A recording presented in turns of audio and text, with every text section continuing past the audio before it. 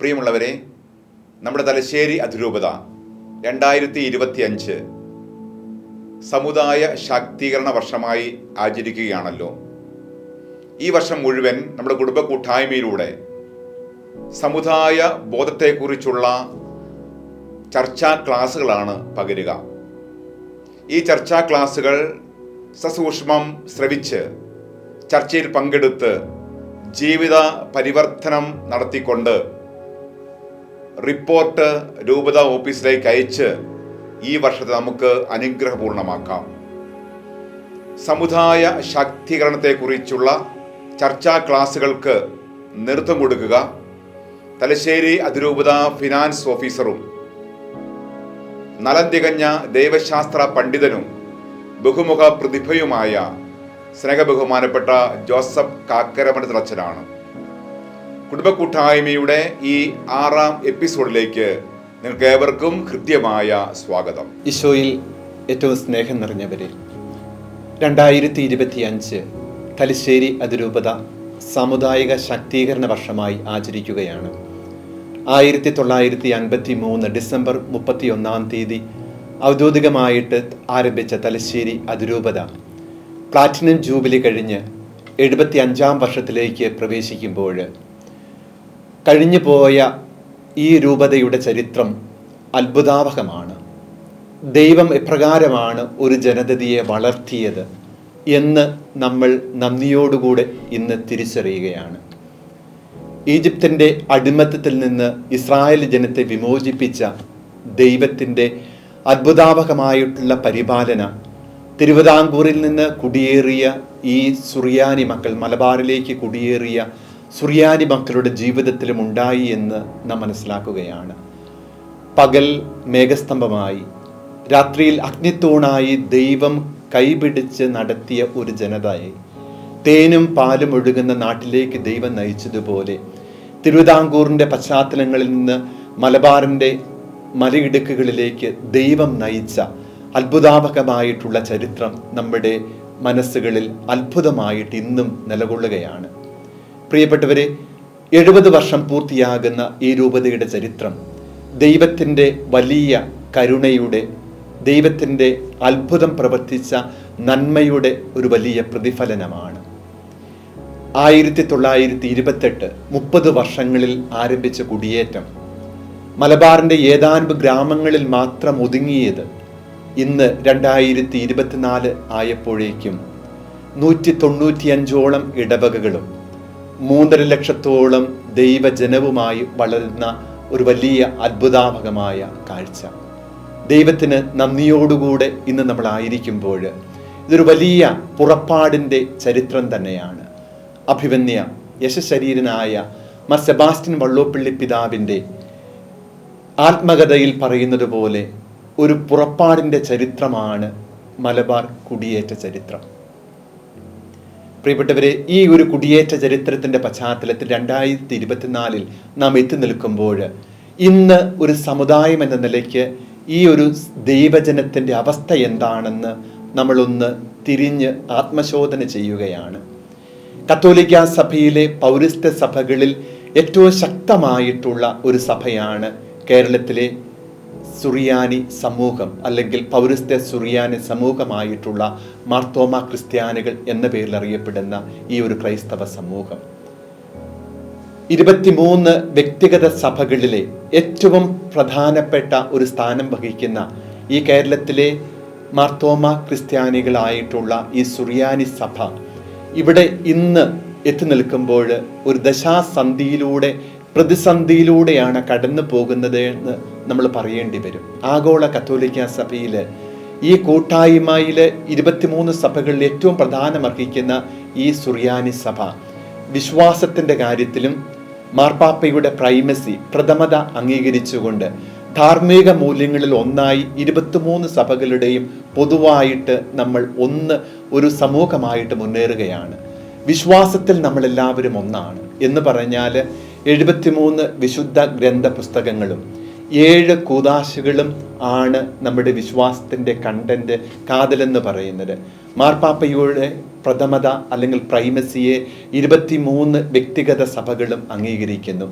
ഈ 23 വ്യക്തിഗത സഭകളുടെയും പൊതുവായി ധാർമ്മിക മൂല്യങ്ങൾ എല്ലാവർക്കും ഒന്ന് തന്നെയാണ്. പക്ഷേ ഓരോ വ്യക്തിസഭയ്ക്കും വ്യക്തമായിട്ടുള്ള ഒരു അപ്പസ്തോലിക വ്യത്യസ്ത പാരമ്പര്യങ്ങളുണ്ട്.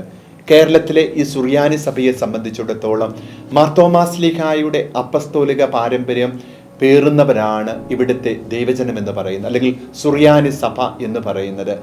ഈ സുറിയാനി സഭയുടെ തനതാത്മകതയിൽ ഒന്നാമതായിട്ട് നിൽക്കുന്നത് ഇതിൻ്റെ ആരാധനാക്രമമാണ്, ആരാധന അനുഷ്ഠാന രീതികളാണ്. രണ്ടാമത്തേത് എന്ന് പറയുന്നത് അതിൻ്റെതായ ദൈവശാസ്ത്രമുണ്ട്, പിന്നീട് അതിൻ്റെതായിട്ടുള്ള ഒരു ആധ്യാത്മികതയുണ്ട്. ഹൈറാർക്കി വ്യത്യസ്തമാണ്, ഒപ്പം തന്നെ അതിൻ്റെ ഡിസിപ്ലിൻ കാനനിലോ വ്യത്യസ്തമാണ്. 5 കാര്യങ്ങളിൽ തനതാത്മകത പുലർത്തുമ്പോൾ ആഗോള സഭയിൽ വിശ്വാസവും മാർപ്പാപ്പയോടുള്ള വിധേയത്വവും ധാർമ്മിക മൂല്യങ്ങളിലുള്ള സമാനതയും നമ്മളെ ആഗോള സഭയുടെയുമായി ഒന്നാക്കി തീർക്കുന്ന വസ്തുതകളാണ്. ഈ ഒരു പശ്ചാത്തലത്തിൽ നിന്നുകൊണ്ട് ഈ കേരളത്തിലെ മാർത്തോമ നസ്രാണി സുറിയാനി സഭയെക്കുറിച്ച് ചിന്തിക്കുമ്പോൾ ഈ കടന്നു വന്ന ഈ നൂറ്റാണ്ടുകളിൽ ഈ ഒരു സഭ കടന്നു പോകുന്ന എല്ലാ വഴികളെക്കുറിച്ചും നമ്മളൊന്ന് തിരിഞ്ഞു നോട്ടം നടത്തുമ്പോൾ ഇന്ന് ഈ സഭ അഭിമുഖീകരിക്കുന്ന പ്രശ്നങ്ങൾ എന്തൊക്കെയാണ്? എനിക്ക് തോന്നുന്നു പ്രിയപ്പെട്ടവരെ, നമ്മുടെ ഈ സഭ ഈ ഒരു പ്രതിസന്ധിയിലൂടെയാണ് കടന്നു പോകുന്നത് എന്ന് പറയുമ്പോൾ ഒന്നാമത്തെ പ്രതിസന്ധി എനിക്ക് തോന്നുന്നു ഒരു സ്വത്വ പ്രതിസന്ധിയാണ്, ഒരു ഐഡന്റിറ്റി. നമ്മൾ ആരാണ്? ഈ സഭയുടെ ഒറിജിൻ, ആരംഭം എന്താണ്? ഈ സഭയുടെ തനതാത്മകത എന്താണ്? അതെപ്രകാരമാണ് അടുത്ത ഒരു തലമുറയ്ക്ക് അവികലമായിട്ട് കൈമാറേണ്ടത് എന്നതിനെക്കുറിച്ച് നമുക്ക് ഇതുവരെയായിട്ടും ഒരു കൃത്യത കൈവന്നിട്ടില്ല. ഒരു സ്വത്വബോധത്തിൻ്റെ, ഒരു സാമുദായിക ബോധത്തിൻ്റെ കുറവ് നമ്മുടെ സഭയെ ഇന്ന് പിടിമുറുക്കിയിട്ടുണ്ട്. അല്ലെങ്കിൽ ചിതറിക്കപ്പെട്ട ഒരു സമൂഹമായി, സ്വത്വബോധമില്ലാത്ത ഒരു സമൂഹമായി, ജാതിയായി, സമുദായമായി നമ്മൾ മാറിയിട്ടുണ്ട്. നമ്മൾ ഈ തുടർന്ന് വരുന്ന ഈ ക്ലാസ്സുകളിൽ നമ്മളൊന്ന് വ്യക്തമായി ഒന്ന് വിമർശനാത്മകമായിട്ട് നമ്മളെ തന്നെ ഒന്ന് വിലയിരുത്താനായിട്ട് പോവുകയാണ്. എന്താണ് ഒരു സുറിയാനി ക്രൈസ്തവ സഭയുടെ, മാർത്തോമാ ശ്ലീഹായുടെ അപ്പസ്തോലിക പൈതൃകം പിൻചെല്ലുന്ന ഈ സഭയുടെ ഒരു പൈതൃകം എന്താണ്? സ്വത്വബോധം എന്താണെന്ന് നമ്മളൊന്ന് ചിന്തിക്കുകയാണ്. ഈ സ്വത്വബോധത്തിന്റെ അടിസ്ഥാന തത്വങ്ങൾ എന്തൊക്കെയാണെന്ന് നമ്മളത് ചിന്തിക്കുകയാണ്. സ്വത്വബോധം എന്ന് പറയുമ്പോൾ അവരനെ മാറ്റി നിർത്തുന്ന എന്തോ എന്നതിലുപരിയായിട്ട് ഈ കേരളത്തിലെ സുറിയാനി സമുദായം ഇതുവരെ ഈ കേരളത്തിലെ മതനിരപേക്ഷമായിട്ടുള്ള സമൂഹത്തെ ചേർത്ത് നിർത്തി വളർത്തിയ ചരിത്രമുള്ള ഈ സുറിയാനി സമുദായത്തിൻ്റെ ഇന്നത്തെ അവസ്ഥ എന്താണ്? രാഷ്ട്രീയപരമായിട്ടുള്ള അവസ്ഥകൾ എന്താണ്? സാംസ്കാരികപരമായിട്ട് ഈ ഒരു സമുദായം ഇന്ന് നേരിടുന്ന പ്രതിസന്ധികൾ എന്താണെന്ന് നമ്മളൊന്ന് വിശകലനം ചെയ്യാനായിട്ട് പോവുകയാണ്. പ്രിയപ്പെട്ടവരെ, പ്രസിദ്ധ എഴുത്തുകാരനായിട്ടുള്ള മാർക്കസ് ഓഡ്രെ പറയുന്ന ഒരു വചനം ഇപ്രകാരമാണ്: A people without the knowledge of its origin, it's past and it's culture is like A tree without Roots എന്ന് പറയാറുണ്ട്. എന്നാൽ എന്താണ് അതിൻ്റെ അർത്ഥം എന്ന് പറയുന്നത്?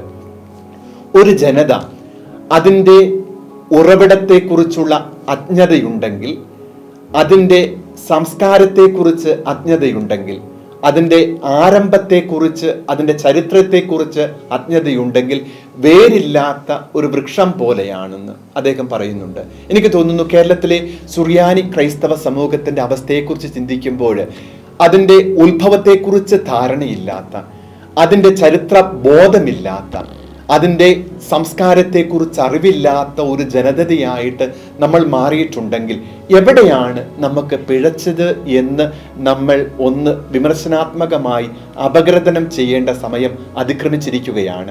നമ്മൾ സാമുദായിക ശാക്തീകരണ വർഷമായിട്ട് നമ്മൾ ആചരിക്കുമ്പോൾ ഈ ഒരു വർഷം നമ്മുടെ സ്വത്വബോധം എന്താണെന്നും, നമ്മളെ ഇന്ന് നേരിടുന്ന പ്രശ്നങ്ങൾ എന്താണെന്നും, ഇന്ന് സാമുദായികമായി, സാംസ്കാരികപരമായിട്ട്, രാഷ്ട്രീയപരമായിട്ട് പുറന്തള്ളപ്പെട്ട ഒരു സമൂഹമായിട്ട് നമ്മൾ മാറിയിട്ടുണ്ടോ?